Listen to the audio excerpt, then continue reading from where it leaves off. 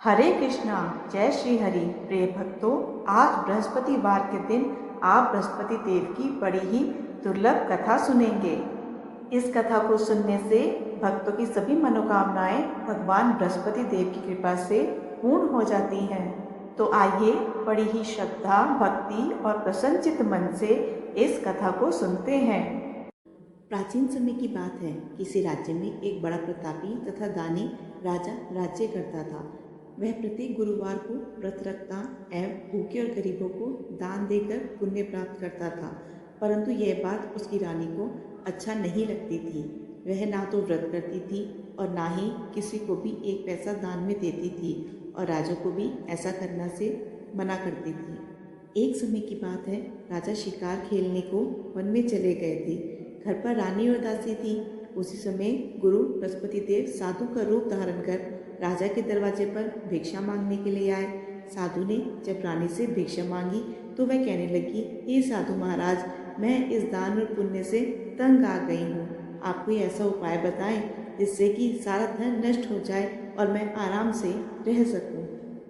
बृहस्पति देव ने कहा, हे देवी, तुम बड़ी विचित्र हो। संतान और धन से भी कोई दुखी होता है? अगर अधिक धन है तो इसे शुभ कार्यों में लगाओ, कुंवारी कन्याओं का विवाह कराओ, विद्यालय और बाग बगीचे का निर्माण कराओ, जिससे तुम्हारे दोनों लोग सुधरें। परंतु साधु की इन बातों से रानी को खुशी ना हुई। उसने कहा, मुझे ऐसे धन की आवश्यकता नहीं जिससे मैं दान दूं और जिसे संभालने में मेरा सारा समय नष्ट हो जाए।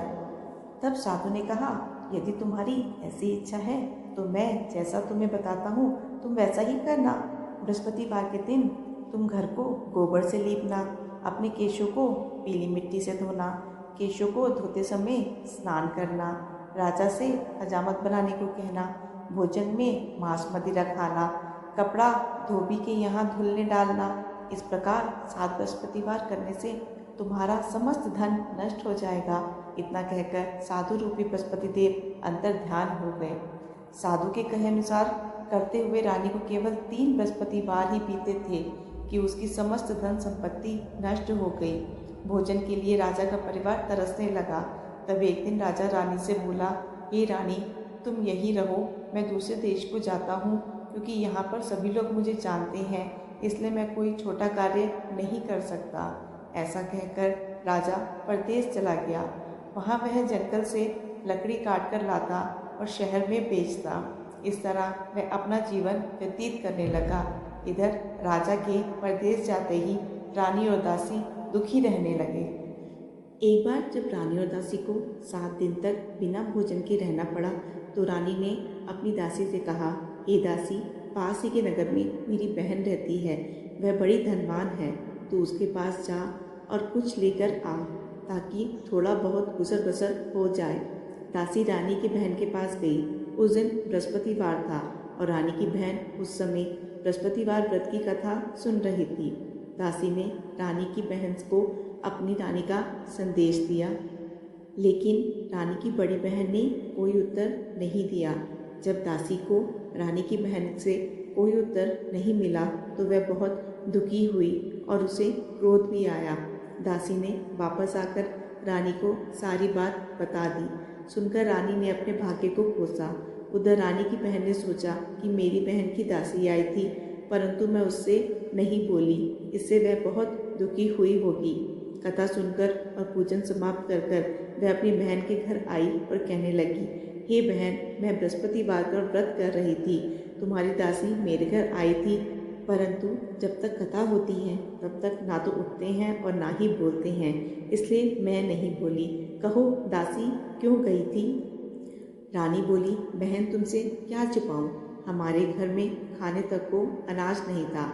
ऐसा कहते कहते रानी की आंखें भर आई। उसने दासी समेत पिछले 7 दिनों से भूखे रहने तक की बात अपनी बहन को विस्तार पूर्वक सुना दी। रानी की बहन बोली, देखो बहन, भगवान बृहस्पति देव सबकी मनोकामना को पूर्ण करते हैं। देखो, शायद तुम्हारे घर में अनाज रखा हो। पहले तो रानी को विश्वास नहीं हुआ, पर बहन के आग्रह करने पर उसने अपनी दासी को अंदर भेजा तो उसे सचमुच अनाज से भरा एक घड़ा मिल गया। यह देखकर दासी को बड़ी ही हैरानी हुई। दासी रानी से कहने लगी, हे रानी, जब हमको भोजन नहीं मिलता तब हम व्रत ही तो करते हैं, इसलिए क्यों ना इनसे व्रत और कथा की विधि पूछ ली जाए ताकि हम भी व्रत कर सकें। तब रानी ने अपनी बहन से बृहस्पतिवार व्रत के बारे में पूछा। उसकी बहन ने बताया, बृहस्पतिवार के व्रत में चने की दाल और मुनक्का से विष्णु भगवान जी का केले की जड़ में पूजन करें तथा दीपक जलाएं, व्रत कथा सुने और पीला भोजन ही करें। इससे बृहस्पति देव प्रसन्न होते हैं। व्रत और पूजन की विधि बतलाकर रानी की बहन अपने घर को लौट गई। 7वें रोज बाद जब गुरुवार आया तो रानी और दासी ने निश्चय अनुसार व्रत रखा। गुड़साल में जाकर चना और गुड़ बीन लाई और फिर उसकी दाल से केले की जड़ तथा विष्णु भगवान का पूजन किया। अब पीला भोजन कहाँ से आए, इस बात को लेकर दोनों बहुत ही दुखी थे, क्योंकि उन्होंने व्रत रखा था, इसलिए गुरुदेव उन पर प्रसन्न थे। इसलिए वह एक साधारण व्यक्ति का रूप धारण कर 2 थालों में सुंदर पीला भोजन दासी को दे गए। भोजन पाकर दासी प्रसन्न हुई और फिर रानी के साथ मिलकर भोजन ग्रहण किया। उसके बाद से सभी गुरुवार को व्रत और पूजन करने लगी। बृहस्पति देव भगवान की कृपा से उसके पास फिर से धन संपत्ति हो गया, परंतु रानी फिर से पहले की तरह आलस्य करने लगी। तब दासी बोली, देखो रानी, तुम पहले भी इस प्रकार का आलस्य करती थी, तुम्हें धन रखने में कष्ट होता था, इस कारण सभी धन नष्ट हो गया। अब जब भगवान गुरुदेव की कृपा से धन मिला है तो तुम्हें फिर से आलस्य होता है। बड़ी मुसीबतों के बाद हमने यह धन पाया है, इसलिए हमें दान पुण्य करना चाहिए, भूखे मनुष्यों को भोजन कराना चाहिए और धन को शुभ कार्यों में खर्च करना चाहिए, जिससे तुम्हारे कुल का यश बढ़ेगा, स्वर्ग की प्राप्ति हो और पितर प्रसन्न हो। दासी की बात मानकर रानी अपना धन शुभ कार्यों में खर्च करने लगी, जिससे पूरे नगर में उसका यश फैलने लगा। वहीं दूसरी ओर एक दिन राजा दुखी होकर जंगल में एक पेड़ के नीचे आसन जमाकर बैठ गया। वह अपनी दशा को याद करके व्याकुल होने लगा। बृहस्पतिवार का दिन था। एकाएक उसने देखा कि निर्जन वन में एक साधु प्रकट हुए। वह साधु वेश में स्वयं बृहस्पति देवता थे। लकड़हारे के सामने आकर बोले, हे लकड़हारे, इस सुनसान जंगल में तू चिंतामग्न क्यों बैठा है? लकड़हारे ने दोनों हाथ जोड़कर प्रणाम किया और उत्तर दिया, महात्मा जी, आप सब कुछ जानते हैं, मैं क्या कहूँ। यह कहकर रोने लगा और साधु को अपनी आत्मकथा सुनाई। महात्मा जी ने कहा, तुम्हारी स्त्री ने बृहस्पति के दिन बृहस्पति भगवान का निरादर किया है, जिसके कारण रुष्ट होकर उन्होंने तुम्हारी यह दशा कर दी। अब तुम चिंता को दूर करके मेरे कहने पर चलो तो तुम्हारे सब कष्ट दूर हो जाएंगे और भगवान पहले से भी अधिक संपत्ति देंगे। तुम बृहस्पतिवार के दिन कथा किया करो। 2 पैसे के चने मुनक्का लाकर उसका प्रसाद बनाओ और शुद्ध जल के लोटे में शक्कर मिलाकर अमृत तैयार करो। कथा के पश्चात अपने सारे परिवार और सुनने वाले प्रेमियों में अमृत का प्रसाद बांटकर आप भी ग्रहण करो। ऐसा करने से भगवान तुम्हारी सब मनोकामनाएं पूरी करेंगे। साधु के ऐसे वचन सुनकर लकड़हारा बोला, हे प्रभु, मुझे लकड़ी बेचकर इतना पैसा नहीं मिलता जिससे भोजन के उपरांत कुछ बचा सकूं। मैंने रात्रि में अपनी स्त्री को व्याकुल देखा है, मेरे पास कुछ भी नहीं जिससे मैं उसकी खबर मंगा सकूं। साधु ने कहा, हे लकड़हारे, तुम किसी बात की चिंता मत करो। बृहस्पतिवार के दिन तुम रोजाना की तरह लकड़ियां लेकर शहर को जाओ। तुमको रोज से दुगना धन प्राप्त होगा, जिससे तुम भली भांति भोजन कर लोगे तथा बृहस्पति देव की पूजा का सामान भी आ जाएगा। इतना कहकर साधु अंतर्ध्यान हो गए। धीरे धीरे समय व्यतीत होने पर फिर वही बृहस्पतिवार का दिन आया। लकड़हारा जंगल से लकड़ी काटकर किसी शहर में बेचने गया। उसे उस दिन और दिनों से अधिक पैसा मिला। राजा ने चना गुड़ आदि लाकर गुरुवार का व्रत किया। उस दिन से उसके सभी कलेश दूर हुए, परंतु जब दोबारा गुरुवार का दिन आया तो बृहस्पतिवार का व्रत करना भूल गया। इस कारण बृहस्पति भगवान नाराज हो गए। उस दिन उस नगर के राजा ने विशाल यज्ञ का आयोजन किया तथा शहर में यह घोषणा करा दी कि कोई भी मनुष्य अपने घर में भोजन ना बनावे, ना आग जलावे, समस्त जनता मेरे यहाँ भोजन करने आवे। इस आज्ञा को जो ना मानेगा उसे फांसी की सजा दी जाएगी। इस तरह की घोषणा संपूर्ण नगर में करवा दी गई। राजा की आज्ञा अनुसार शहर के सभी लोग भोजन करने गए, लेकिन लकड़हारा कुछ देर से पहुंचा, इसलिए राजा उसको अपने साथ घर लिवा के ले आए और ये जाकर भोजन करा ही रहे थे कि रानी की दृष्टि उस खूंटी पर पड़ी जिस पर उसका हार लटका हुआ था। वह वहाँ पर दिखाई नहीं दिया। रानी ने निश्चय किया कि मेरा हार इस मनुष्य ने चुरा लिया है। उसी समय सिपाहियों को बुलाकर उसको कारागार में डलवा दिया। जब लकड़हारा कारागार में पड़ गया और बहुत दुखी होकर विचार करने लगा कि ना जाने कौन से पूर्व जन्म के कर्म से मुझे यह दुख प्राप्त हुआ है, और उसी साधु को याद करने लगा जो कि जंगल में मिला था। उसी समय प्रातःकाल बृहस्पति देव साधु के रूप में प्रकट हुए और उसकी दशा को देखकर कहने लगे, अरे मूर्ख, तूने बृहस्पति देव की कथा नहीं करी, इस कारण तुझे दुख प्राप्त हुआ है। अब चिंता मत कर, बृहस्पतिवार के दिन कारागार के दरवाजे पर 4 पैसे पड़े मिलेंगे, उनसे तू बृहस्पति देव की पूजा करना, तेरे सभी कष्ट दूर हो जाएंगे। बृहस्पतिवार के दिन उसे 4 पैसे मिले। लकड़हारे ने कथा कही। उसी रात्रि को बृहस्पति देव ने उस नगर के राजा को स्वप्न में कहा, हे राजा, तुमने जिस आदमी को कारागार में बंद किया है वह निर्दोष है, वह राजा है, उसे छोड़ देना। रानी का हार उसी खूंटी पर लटका है। अगर तू ऐसा नहीं करेगा तो तेरे राज्य को नष्ट कर दूंगा। इस तरह रात्रि के स्वप्न को देखकर राजा प्रातःकाल उठा और खूंटी पर हार देखकर लकड़हारे को बुलाकर क्षमा मांगी तथा लकड़हारे को योग्य सुंदर वस्त्र आभूषण देकर विदा कर दिया। बृहस्पति देव की आज्ञानुसार लकड़हारा अपने नगर को चल दिया। राजा जब अपने नगर के निकट पहुंचा तो उसे बड़ा आश्चर्य हुआ। नगर में पहले से अधिक बाग, तालाब, कुएं तथा बहुत सी धर्मशाला, मंदिर आदि बन गई हैं। राजा ने पूछा, ये किसका बाग और धर्मशाला है? तब नगर के सब लोग कहने लगे, यह सब रानी और बांदी की हैं। तो राजा को आश्चर्य हुआ और गुस्सा भी आया। जब रानी ने यह खबर सुनी कि राजा आ रहे हैं तो उन्होंने बांदी से कहा, हे दासी, देख, राजा हमको कितनी बुरी हालत में छोड़ गए थे। हमारी ऐसी हालत को देखकर वह लौट ना जाएं, इसलिए तू दरवाजे पर खड़ी हो जा। आज्ञानुसार दासी दरवाजे पर खड़ी हो गई। राजा आए और उन्हें अपने साथ लिवा लाई। तब राजा ने क्रोध करके अपनी रानी से पूछा कि यह धन तुम्हें कैसे प्राप्त हुआ? तब उन्होंने कहा, हमें यह सब धन बृहस्पति देव के इस व्रत के प्रभाव से प्राप्त हुआ है। राजा ने निश्चय किया कि 7 रोज बाद तो हम बृहस्पति देव का पूजन करते हैं, परंतु मैं प्रतिदिन दिन में 3 बार कहानी तथा रोज व्रत किया करूँगा। अब हर समय राजा के दुपट्टे में चने की दाल बंधी रहती तथा दिन में 3 बार कहानी कहता। एक रोज राजा ने विचार किया कि चलो अपनी बहन के यहाँ हो आवे।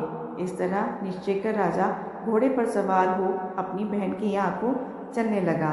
मार्ग में उसने देखा कि कुछ आदमी एक मुर्दे को लिए जा रहे हैं। उन्हें रोककर राजा ने कहा, अरे भाइयों, मेरी बृहस्पति देव की कथा सुन लो।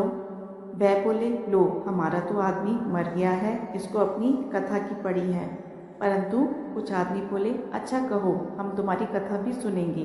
राजा ने दाल निकाली और जब कथा आधी हुई थी तो मुर्दा हिलने लगा, और जब कथा समाप्त हो गई तो राम राम करके मनुष्य उठकर खड़ा हो गया।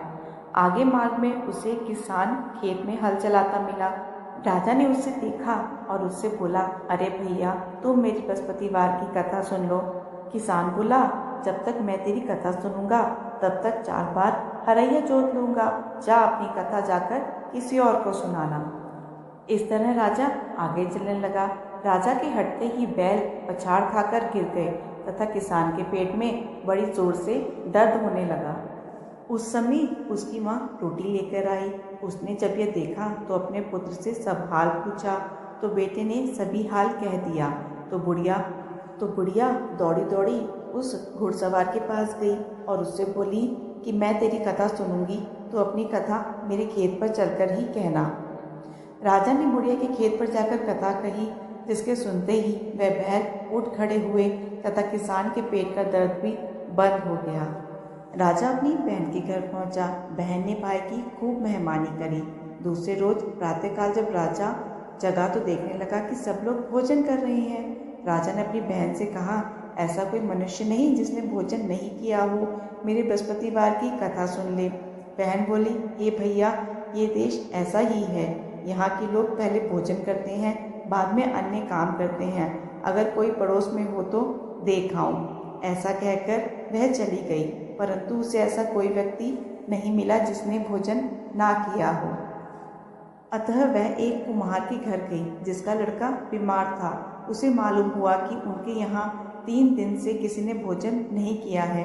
रानी ने अपने भाई की कथा सुनने के लिए कुम्हार से कहा। वह तैयार हो गया। राजा ने जाकर बृहस्पतिवार की कथा कही, जिसको सुनकर उसका लड़का ठीक हो गया। अब तो राजा की प्रशंसा होने लगी। एक रोज़ राजा ने अपनी बहन से कहा कि बहन, हम अपने घर को जाएंगे, तुम भी तैयार हो जाओ। राजा की बहन ने अपनी सास से कहा। सास ने कहा, हाँ चली जा, परंतु अपने लड़कों को मत लेके जाना, क्योंकि तेरे भाई की कोई औलाद नहीं है। बहन ने अपने भैया से कहा, हे भैया, मैं तो चलूँगी, पर कोई बालक नहीं जाएगा। राजा बोला, जब कोई बालक ही नहीं चलेगा तब तुम ही क्या करोगी। बड़े दुखी मन से राजा अपने नगर को लौट आया। राजा ने अपनी रानी से कहा, हम निर्वंशी हैं, हमारा मुंह देखने का धर्म नहीं है और कुछ भोजन आदि नहीं किया। रानी बोली, हे प्रभु, बृहस्पति देव ने हमें सब कुछ दिया है, वह हमें औलाद अवश्य देंगे। उसी रात को बृहस्पति देव ने राजा के स्वप्न में कहा, हे राजा, उठ, सभी सोच त्याग दे, तेरी रानी गर्भ से है। राजा को यह बात सुनकर बड़ी खुशी हुई। 9वें महीने उसके गर्भ से एक सुंदर पुत्र पैदा हुआ। तब राजा बोला, हे रानी, स्त्री बिना भोजन के रह सकती है, पर बिना कहे नहीं रह सकती। जब मेरी बहन आवे तो मुझसे कुछ मत कहना। रानी ने सुनकर हाँ कर दिया। जब राजा की बहन ने यह शुभ समाचार सुना तो वह खूब खुश हुई तथा बधाई लेकर अपने भाई के यहाँ आई। तभी रानी ने कहा, घोड़ा चढ़कर तो नहीं आई, गधा चढ़ी आई। राजा की बहन बोली, भाभी, मैं इस प्रकार ना कहती तो तुम्हें औलाद कैसे मिलती। बृहस्पति देव ऐसे ही हैं, जैसे जिसके मन की कामनाएं हैं सभी को पूर्ण करते हैं। जो सद्भावना पूर्वक बृहस्पतिवार का व्रत करता है एवं कथा पढ़ता है अथवा सुनता है, दूसरों को सुनाता है, बृहस्पति देव उसकी सभी मनोकामनाएं पूर्ण करते हैं। भगवान बृहस्पति देव उसकी सदैव रक्षा करते हैं। संसार में जो मनुष्य सद्भावना से भगवान जी का पूजन व्रत सच्चे हृदय से करते हैं तो उनकी सभी मनोकामनाएं पूर्ण करते हैं। जैसे सच्ची भावना से रानी और राजा ने उनकी कथा का गुणगान किया और उनकी सभी इच्छाएं बृहस्पति देव जी ने पूर्ण की, इसीलिए पूर्ण कथा सुनने के बाद प्रसाद लेकर जाना चाहिए। हृदय से उनका मनन करते हुए जयकारा बोलना चाहिए। बोलो बृहस्पति देव की जय, भगवान विष्णु की जय। आज के दिन भगवान विष्णु की इस कथा को सुनने वाले की सब मनोकामनाएं प्रभु पूर्ण करते हैं।